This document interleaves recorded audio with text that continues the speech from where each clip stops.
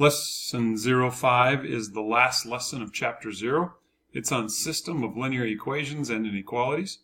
In this first video, we're going to talk about systems of linear equations. In the second video, we'll talk about the inequalities. So there's three ways to solve a system of equations, and the first way is to solve the system of equations by graphing. Now, what is a system? A system is simply two equations with two unknowns. So I'm going to take that first equation, 3x minus 2y equals negative 6, and I'm going to change it into slope-intercept form.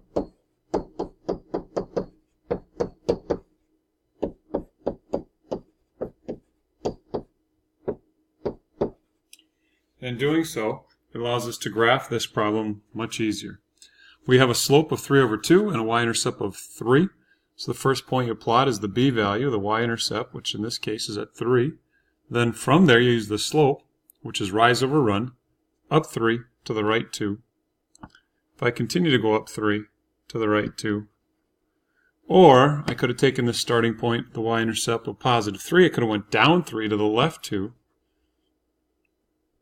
and that would also give me additional points.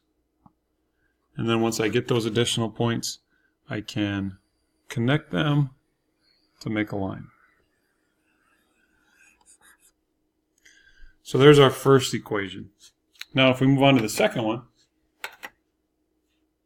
take x plus y equals negative 2, and putting that in a slope-intercept form, you just have to move the x over.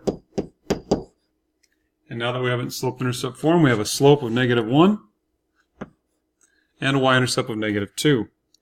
Plot the b value of negative 2 first. Slope is negative 1, so go down 1 to the right 1. If we continue to go down 1 to the right 1, we get these points. Or I could have went up 1 to the left 1. And you can see we're going to get a line that looks like this. Connect those points.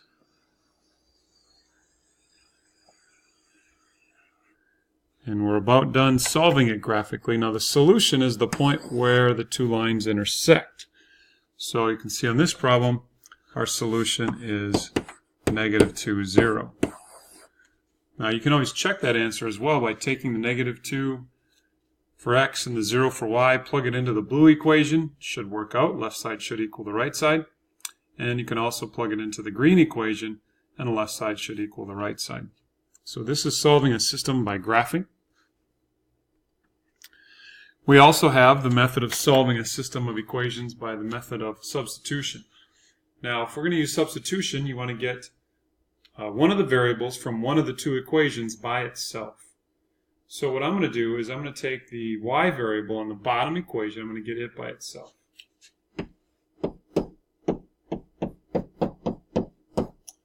Another little tip is I don't like the equations written vertically like you see in this problem. I like them written out side by side so you can work underneath them. So I'm rewriting the equations. I'm going to take the blue one and I'm going to get y by itself.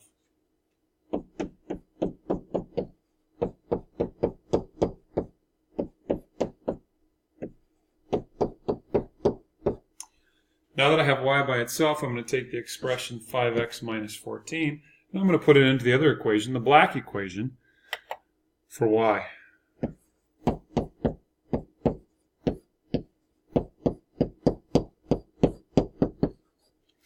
Now this gives me one equation that I can solve for x, so if I distribute,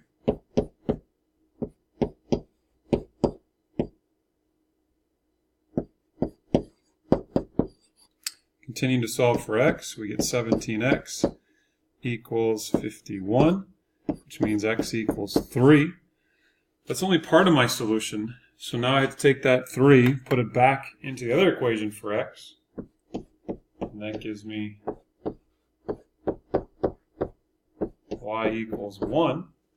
And so now we have to write our solution as a coordinate point, the x number first, the y number second. And again, you could check this answer by putting the 3 in for x and the 1 in for y in the blue equation. The left side should equal the right side. You can also do that in the black equation to check your answer. The last method to solve a systems of equation is the method of elimination. Now with elimination, you do want the two equations written vertically stacked, like you can see here. And what you want to do is eliminate one of the two variables. Well, I'm going to choose to eliminate the y variable. And if I do that, I'm going to need to multiply the top equation by 5 and the bottom equation by 2. Well, if I do that, I would get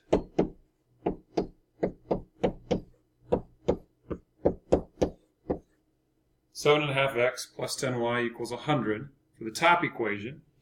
And the bottom equation would become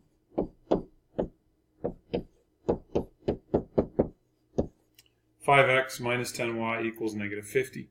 So as you can see, what I've done is, since I've multiplied the top equation by 5 and the bottom equation by 2, it's given me two equations that allows me to cancel the y variable. So now I'm just going to add the two equations together. You can see that these cancel out. So I would get 12.5x equals 50. So x equals 4. Again, that's only part of your answer. You still need to find your y value. So now I'm going to take that y value of 4 and I'm going to put it back into either the top equation or the bottom equation. It makes no difference. I'm going to put it into the top equation since those numbers are a little bit smaller.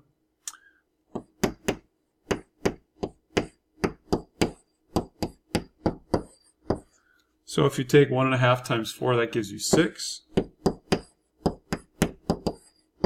Solve for y. And you get 7. So you write your answer as a coordinate point, which on this problem would be 4, 7. The x value is first, the y value is second. Again, you could check that answer by putting the 4 in for x and the 7 in for y into both the top and the bottom equation, and both sides should equal each other. The next thing I'd like you to take a look at here is this chart that I have, because not every problem has two equations that will intersect. You can see the diagram on the left. It shows a consistent and independent example. Now, if it's consistent and independent, what that means is you're going to have two different lines with different slopes. That forms lines that intersect, which means that there's only one solution. Okay, got that highlighted over here. But sometimes you're going to be given two different equations, like you can see right here. We call this second example consistent and dependent. It looks like it's two different equations, but actually when you put them into slope-intercept form, you can see it produces the exact same line.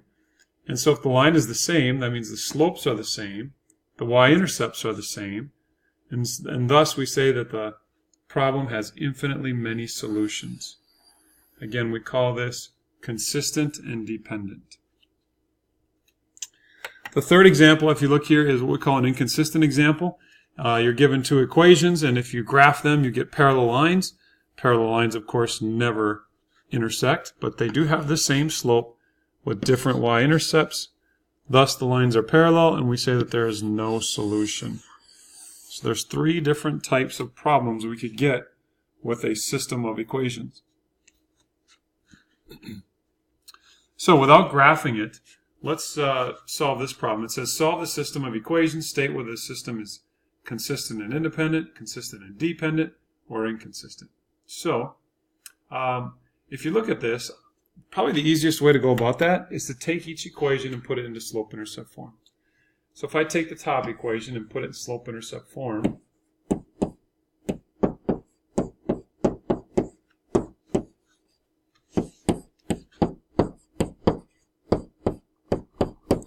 you can see I get y equals 7/3 x plus 7.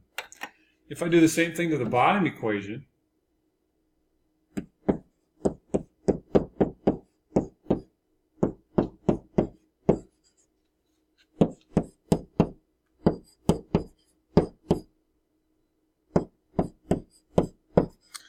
I get the equations y equals 7/3 x minus 17/3. Well, these two equations you can tell are parallel because they have the same slope. The slope on both of them is 7/3.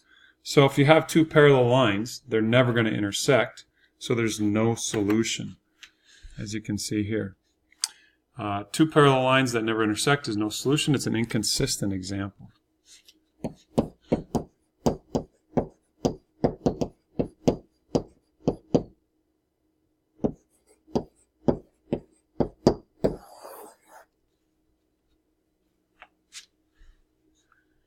Here's another example. Let's do this. Determine if it is consistent and independent, consistent and dependent, or inconsistent. Let's do this without graphing. So again, the easiest way to do that, change each equation into slope-intercept form.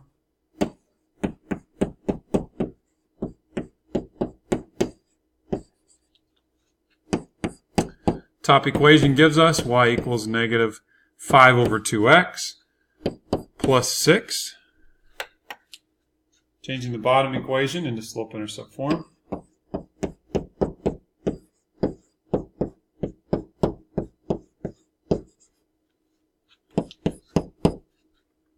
We get negative 4x. Oops, sorry. That's some bad math right there. It's a bad calculation.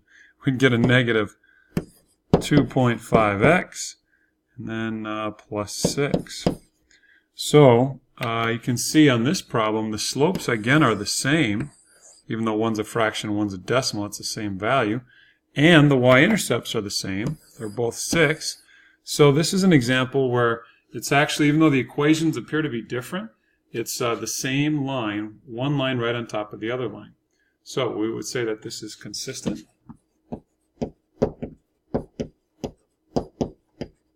Oops, let's spell that right.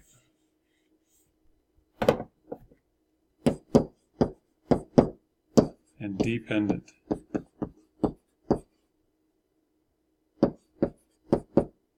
Which means there are infinitely many solutions.